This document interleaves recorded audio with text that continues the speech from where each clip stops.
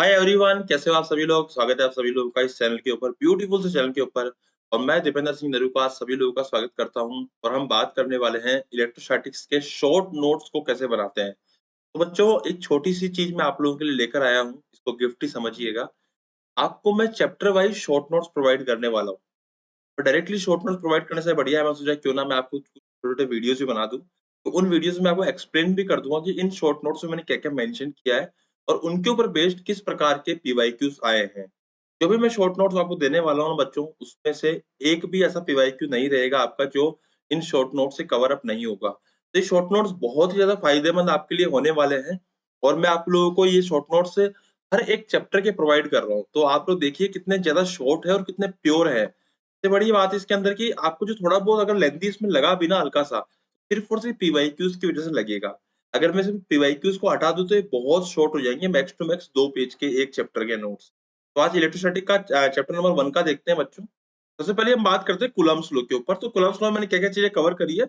दो चीजें basically cover करी है। एक तो ये है कि भैया जो फोर्स होता है वो पॉइंट चार्ज के लिए वैलिड है। और दूसरा जो है कि फोर्स हमेशा line joining along the two charges लगता है, ठीक है।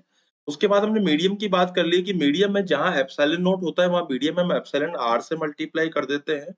और जहां पे अगर हम वेक्टर की बात करते हैं तो उसको आर वेक्टर से मल्टीप्लाई करके आर क्यूब से डिवाइड कर लेते हैं, ठीक है। तो इस तरह से हमारा वेक्टर क्वांटिटी में आ जाता है। जैसे मान लीजिए नीचे आर स्क्वायर है, तो इसको अगर मैं आर कैप से मल्टीप्लाई करूंगा तो ये वेक्टर में कन्वर्ट हो जाएगा फोर्स। लेकिन आर कैप की जगह मैं क्या लिखता हूँ, आर वेक्टर अपॉन आर, तो ये बेसिकली आर क्यूब हो जाता है नीचे की तरफ, ठीक है। अब इसके ऊपर देखो क्वेश्चन आया है। क्वेश्चन क्या है कि two point charges A and be having charge plus Q and minus Q respectively are placed at a certain distance apart and force acting between them is F. If 25% charge of A is transferred to B, then force between the charges becomes what? तो भैया पहले force कितना था, k q1 q2 by r square. अब 25% charge अगर जाएगा तो q का 25% होता है q by 4, तो q by 4 अगर जाएगा 3q by 4 बचेगा। इधर हो जाएगा माइनस 3q by 4। दोनों का अगर मैं यहाँ पे क्या करूंगा, नया फोर्स निकालूंगा, उसकी वैल्यू आएगी k 3q by 4, 3q by 4 ये हो जाएगा 9/16 k q square by r square, तो 9/16 इंटू एफ। ये बन जाएगा मेरा क्या, फोर्स बन जाएगा। तो इसका 9/16 इंटू एफ मेरा इसका आंसर हो जाएगा। ऐसे बहुत सिंपल सिंपल से क्वेश्चन है बच्चों, बहुत सिंपल सिंपल से चीजों के ऊपर। तो सारे शॉर्ट नोट में दिखाता हूँ आपको, आगे बढ़ते हैं। चलिए अब आगे बढ़ते हैं हम लोग यहाँ से। और यहाँ देखते हैं two point positive point ions each carrying a charge q are separated by a distance d. If F is the force of repulsion between them, between the ions, the number of electrons missing from each ion will be equals to what? देखिए भैया बहुत easy है। अगर आप force की value लिखते हैं तो फोर्स क्या होता है मेरा, फोर्स होता है 1/4 पाई एप्सिलॉन नोट। देखिए मैं शॉर्ट से शॉर्ट लिखने की कोशिश करूंगा, multiply by number of electrons multiply by E, है ना, यही चार्ज रहेगा। इसका स्क्वायर कर दिया, डिवाइड बाय मैंने यहाँ पे डी स्क्वायर कर दिया, ठीक है। तो यहाँ से मैं अगर इसको n की वैल्यू निकालूंगा तो कितनी आएगी, and the number of electrons missing from each ion will be equal to what. तो यहाँ पे n की जो वैल्यू आएगी वो आएगी f into 4 pi epsilon note into D square, है ना, 4 pi epsilon note into D square into f divided by E square. और इसका अंडर रूट कर दीजिए, बस हो गया आंसर। इसके बराबर आ रहा है ये आ रहा है मेरा ऑप्शन नंबर सी से मैच करता हुआ, खत्म बात। आसानी से इसका आंसर आ गया। ऑल्दो अगर मैं चाहता ना बच्चों तो मैं आपको क्वेश्चंस नहीं कराता, बट मैं सोच रहा हूँ कि क्यों ना आपको थोड़ी फील भी आ जाएगी शॉर्ट नोट्स की। तो बेसिकली आपने सिर्फ सब समझा कि नोट्स के नाम पे हमारे पास सिर्फ कूलम्ब्स लॉ का एक फॉर्मूला है, ठीक है। इससे हमारे दो दो क्वेश्चन हो रहे हैं सॉल्व यहाँ पे। और दो नहीं, इससे 5 क्वेश्चन आए हुए हैं, बट मैं 2 ही लिया हूँ एग्जाम्पल में, बाकी आप देख सकते हो, है ना। अब हम बात करते हैं कुछ इक्विलिब्रियम कंडीशंस की। तो इक्विलिब्रियम कंडीशंस भी इंपॉर्टेंट होती है, तो वो भी हम लोग यहाँ पे कवर अप कर रहे हैं। तो क्यू और यहाँ पे क्यू है ना। अब दोनों जो फोर्स चार्जेस हैं तो इनके बीच में मैंने कोई चार्ज रखा, थर्ड चार्ज माइनस क्यू। की वैल्यू कितनी होनी चाहिए कि सच दैट कि तीनों सिस्टम इक्विलिब्रियम पे आ जाए। अब ऑब्वियस बात है, अगर दोनों चार्ज बराबर, दोनों सेम डिस्टेंस पे रहेंगे, तो मैंने इस वाले पे, ये सब फ्री चार्जेस है। फ्री बोले तो पैसे नहीं लग रहे, नहीं, फ्री बोले तो मतलब ये मूव कर सकते हैं कहीं पर भी। Okay, these all three are free charges. Okay, तो यहाँ मैंने इसको क्या करा, क्यू वाले को मैंने इसके ऊपर इक्विलिब्रियम कंडीशन लगा दी, मतलब इसकी वजह से इस पर किधर फोर्स आएगा, K q square by 2 r square. इस वाले की वजह से यहाँ पे किधर फोर्स आएगा, इस तरफ आएगा, K capital q small q by r square. दोनों को बैलेंस कर दिया, बैलेंस करा तो क्यू की वैल्यू आ गई माइनस क्यू बाई 4, इससे मेरा आंसर आ गया। ओके, अगर मैं यहाँ से आगे बढ़ता हूँ ना, तो आप यहाँ पे देखिए, a charge q is placed at a center of the line joining two equal charges q. The system of three charges will be in equilibrium if q is placed. अब देखो सेम क्वेश्चन बच्चों यहाँ पे आ चुका है, ये जो हमने अभी किया है सेम क्वेश्चन, ये क्वेश्चन 2013 में आ गया है, 1995 में आया है नीट एग्जामिनेशन। तो बेसिकली यहाँ पे क्या है, system of the three charges will be in equilibrium if q is equal to what, तो माइनस q बाई 4। ओके, तो मैंने जैसे सोल्व किया, आपको इसको एज इट इज क्वेश्चन इसके ऊपर आया है। इक्विलिब्रियम के कुछ प्रॉब्लम्स को भी हमने यहाँ पे कवर अप किया है। ओके, अब आगे बढ़ते हैं शॉर्ट नोट्स के अंदर। नेक्स्ट चीज की वो है हमारा इलेक्ट्रिक फील्ड। अब इलेक्ट्रिक फील्ड में ज्यादा परेशान होने की आपको जरूरत नहीं है, यहाँ पे भी दो मेजर चीजें हैं जो मेनली काम आती है। पहली क्या है, फोर्स को अगर चार्ज से डिवाइड करता हूँ तो मुझे फील्ड मिलती है, तो इससे मैं field due to a point charge निकाल सकता हूँ, यहाँ पे K q by r square into r cap. अगर मैं बात करूँ यहाँ पे इलेक्ट्रिक फील्ड की वेक्टर क्वांटिटी में, तो ये आएगी 1/4 पे epsilon naught q by r cube into r vector. प्रकार से मेरी यहाँ पे इलेक्ट्रिक फील्ड आ जाएगी, है ना। अब देखिए, अब यहाँ पे क्या हो रहा है, particle of mass m and charge q is placed at rest in a uniform electric field E and then released. The kinetic energy attained by the particle after moving a distance y is what? तो kinetic energy क्या आएगी, तो भैया kinetic energy होती है, change in kinetic energy जो होता है ना, वो हमेशा work done by the force होता है, work done by conservative force. कितना इजी सा चीज है, वर्क डन बाय फोर्स हमको निकालना है। और वर्क क्या होता है, फोर्स इनटू डिस्प्लेसमेंट। फोर्स क्या होता है, q multiply by electric field into displacement is y। Simply मेरा आंसर आ गया ऑप्शन नंबर ए, है ना। तो देखो, अगर हमको चीजें बारीकी से पता होना तो हम बहुत आसानी से चीजों को निकाल सकते हैं। अभी नेक्स्ट पॉइंट पे आगे बढ़ते हैं बच्चों, इलेक्ट्रिक फील्ड लाइंस। तो शॉर्ट नोट्स में मैंने इलेक्ट्रिक फील्ड लाइंस भी आपको प्रोवाइड करी है, और ये शॉर्ट नोट्स मैं चाहता था आपको टाइप करके भी दे देता, लेकिन नहीं, मैंने आपको प्रॉपर अपनी गंदी सी हैंडराइटिंग में दे रहा हूँ, ताकि आपको फील आए कि ये हाथ से बने हुए नोट्स है और मैंने खुद आपके लिए बनाए हैं। इवन मैंने माइक्रोसॉफ्ट वन नोट में बनाया है, तो इसकी डेट वगैरह भी आती है, तो मैंने आपके लिए कल परसों में ये नोट्स बना के रेडी किए। ओके, तो इलेक्ट्रिक फील्ड लाइंस को बिल्कुल सिंपल बेसिक तरीके से समझते हैं। Originates from positive and terminates at negative, simple सा पॉइंट है। Second one, more field line density more field is there. जहां पे ज्यादा फील्ड लाइंस होंगी, ज्यादा फील्ड लाइन डेंसिटी होंगी, वहां ज्यादा फील्ड होगी। सिंपल सी बात है बच्चों। Two field lines can never intersect each other.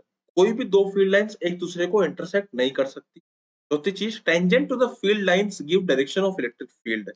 तो टेंजेंट जो होती है वो डायरेक्शन ऑफ इलेक्ट्रिक फील्ड हमको प्रोवाइड करती है। ओके, अब एक और चीज होती है इलेक्ट्रिक फ्लक्स। फ्लक्स क्या होता है साहब, फील्ड लाइंस को अगर मैं ई डॉट ds करता हूँ या फिर ईएस पोस्ट लिखता हूँ तो फ्लक्स आता है। Number of field lines passing through an area is flux. इसके ऊपर भी काफी सारे क्वेश्चन नीट में आते रहते हैं, जैसे 2010 का एक क्वेश्चन है, इसको मैंने लिया है यहाँ पे।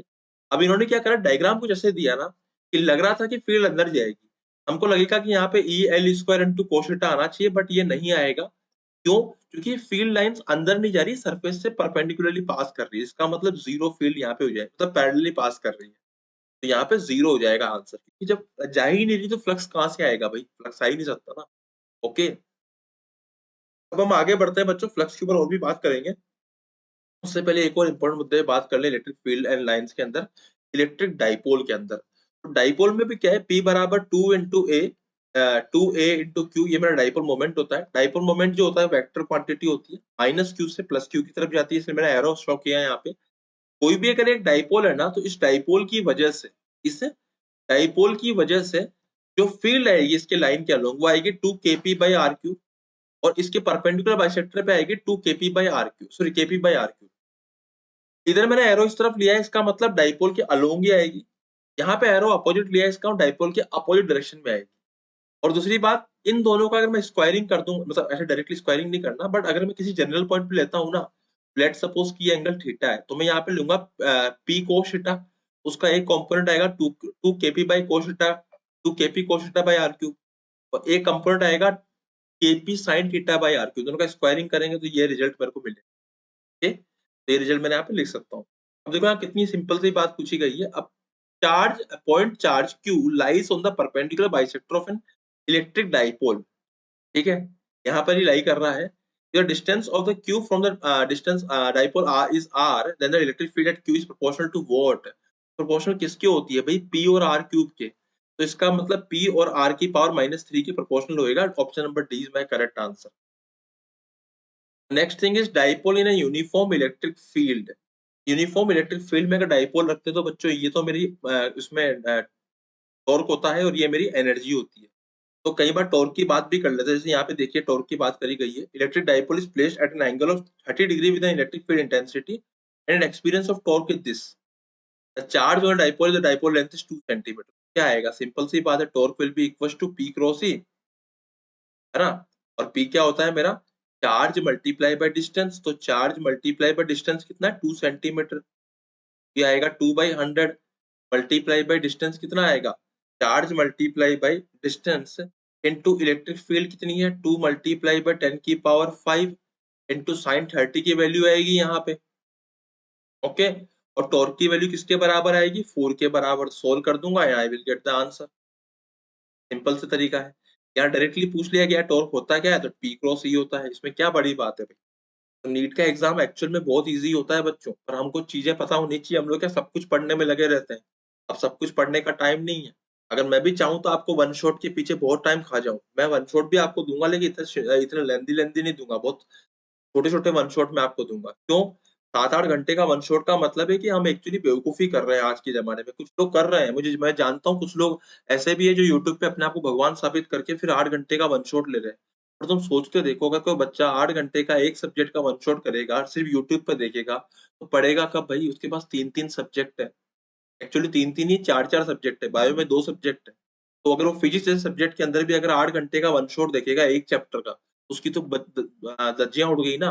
वो सिर्फ सिम्पैथी गेन कर सकता है टीचर की, ठीक है मैं 8 घंटे तुम्हारे लिए यहाँ पे खड़े-खड़े पढ़ा रहा हूँ। लेकिन एक्चुअल में बच्चे के लिए वो काम का नहीं है। बच्चे के लिए भी क्या काम का है कि उसको शॉर्ट से शॉर्ट तरीके से बढ़िया कंटेंट प्रोवाइड किया जाए। एकदम रिसर्च बेस्ड। आप देख लीजिए यहाँ पे जो भी मैं आपका टॉपिक ले रहा हूँ ना, हर टॉपिक पीवाईक्यू से इनबिल्ट है। ऐसा नहीं है कि रैंडमली कुछ भी ले लिया गया है। और ये पीवाईक्यूज को अगर हटा दो तो ये शॉर्ट नोट्स रियल में बहुत शॉर्ट हो जाएंगे। कूलम्ब्स लॉ मैंने लिया है यहाँ पे। सेकंड चीज मैंने इक्विलिब्रियम कंडीशन ली है। तीसरी चीज मैंने इलेक्ट्रिक फील्ड का फॉर्मूला लिया है। चौथी मैंने फील्ड लाइंस लिया है। पांचवी मैंने फ्लक्स लिया है और डाइपोल के तीनों फॉर्मूले एक साथ ही ले लिए। चौथी चीज मैंने डाइपोल को यूनिफॉर्म इलेक्ट्रिक फील्ड में रखा तो एनर्जी और टॉर्क का फॉर्मूला लिया है। और गॉस लॉ लिया है सिंपली यहाँ पे। गॉस लॉ में क्या होता है? ई डॉट डी एस बराबर Q inside upon epsilon not. ये गॉसियन सरफेस होती है। अंदर की जो चार्ज होते हैं सिर्फ वही हम लोग राइट साइड में लिखते हैं। और टोटल चार्ज की वजह से इलेक्ट्रिक फील्ड होती है हमेशा। इलेक्ट्रिक फील्ड जो होती है लेफ्ट साइड में, वो हमेशा सारे चार्ज की वजह से होती है, सिर्फ अंदर की वजह से नहीं होती। तो चार्ज जो होता है राइट साइड में सिर्फ अंदर का काउंट होएगा, लेकिन इलेक्ट्रिक फील्ड सबकी वजह से होएगी। It is very important. उसके बाद गॉस लॉ के ऊपर कुछ फॉर्मूलाज क्वेश्चन है बच्चों, एंड सबसे ज्यादा आए हुए क्वेश्चन। इसमें 2 क्वेश्चन मैं आपको कराऊंगा, बाकी आपको खुद करने हैं। तो what is the flux through a cube of side A if the point charge q is at one of its corner. तो यहाँ पे क्या पूछा गया? What is the flux through a cube of side A. पूरे cube से कितना flux निकलेगा? तो ये क्यूब है हमारे पास में, तो ऐसे 1 2 3 4। जब 4 नीचे होंगे ना, तब जाके वो जो कॉर्नर का चार्ज है ना, वो बीच में आएगा। और 4 ही ऊपर होंगे। 1 से कितना निकलेगा? q/8 epsilon. सोच के देखो, 1 2 3 4, ऊपर भी 1 2 3 4, तब जाके कॉर्नर वाला है ना, वो बीचों बीच आएगा उस बड़े क्यूब के। तो जब 8 क्यूब से घिरा हुआ है एक चार्ज, तो एक क्यूब से कितना निकलेगा? q/8 epsilon not. सिंपल। इसको अगर आप देखोगे ना, a hollow cylinder has a charge q coulomb within a if the phi is the flux in the unit associated with the curved surface। curved surface से कितना जा रहा है? देखो अभी आप फ्लक्स में यहाँ पे लिखूंगा तो फ्लक्स कितना जा रहा है? यहाँ से फ्लक्स जा रहा है a सरफेस से, फ्लक्स जा रहा है c सरफेस से, फ्लक्स जा रहा है कर्व्ड सरफेस से। सब मिला के जाएगा q/एप्सिलॉन नॉट। सही बात है। अब यहाँ से a और c से तो बराबर जाएगा, फ्लैट सरफेस है, तो मैं लिख दूंगा यहाँ पे flux due to a surface is equal to q epsilon naught minus B से कितना फ्लक्स निकला था? बी से गिवन है यहाँ पे 5 निकला है, तो 5 लिख दूंगा यहाँ पे मैं। ओके, तो फ्लक्स ड्यू टू ए कितना मेरा यहाँ पे आएगा? Half q epsilon naught minus 5। तो दिस इज माय आंसर। तो half q epsilon naught minus 5, option number D is correct answer. तो बच्चों इतना इजी है कि मैंने फील्ड एंड चार्जेस के ऊपर आपको पूरा का पूरा एक छोटा सा वीडियो दिया है, नोट पूरा पूरा। एक छोटे से वीडियो में आपको क्वेश्चंस भी बताए हैं एंड शॉर्ट नोट्स भी बताए हैं। ये शॉर्ट नोट्स आपको कहाँ मिलेंगे? इसके लिए आपको टेलीग्राम फटाफट से ज्वाइन कर लेना है। आपको नीचे टेलीग्राम का लिंक मिलेगा बच्चों। टेलीग्राम पे ये शॉर्ट नोट्स प्रोवाइड कर दिए जाएंगे आपके अभी के अभी। एंड साथ में ये जो वीडियो आपको प्रोवाइड मैं कर रहा हूँ, इस वीडियो के अंदर बच्चों आपको और भी इस टाइप के और भी कौन-कौन से वीडियोस चाहिए, आप मुझे कमेंट बॉक्स में ज़रूर बताइए। और आपको कैसा लगा वीडियो? अच्छा लगा तो मुझे कमेंट बॉक्स में बताइए, एंड वीडियो को लाइक ज़रूर कर दीजिएगा एंड लोगों के साथ शेयर कर दीजिएगा, क्योंकि ये वीडियोस आप लोगों के लिए बहुत पावरफुल एंड बहुत स्ट्रॉन्ग होने वाले हैं, बहुत आपके लिए हेल्पफुल होने वाले हैं। तो टेलीग्राम पे मुझको जॉइन करके रखिए एंड और भी आपको सजेशंस हो टेलीग्राम के ऊपर आप मुझसे आके कनेक्ट हो सकते हो। इंस्टाग्राम पे बच्चों मैं रेगुलर बेसिस पे कुछ ना कुछ प्रोवाइड करता रहता हूँ, तो आप मुझे वहाँ पे आके फॉलो कर सकते हैं। हैप्पी फिजिक्स बाय नरू का लिंक आपको डिस्क्रिप्शन में मिलेगा। फटाफट से डिस्क्रिप्शन में जाइए and thank you so much. Happy learning. जय हिंद, जय भारत।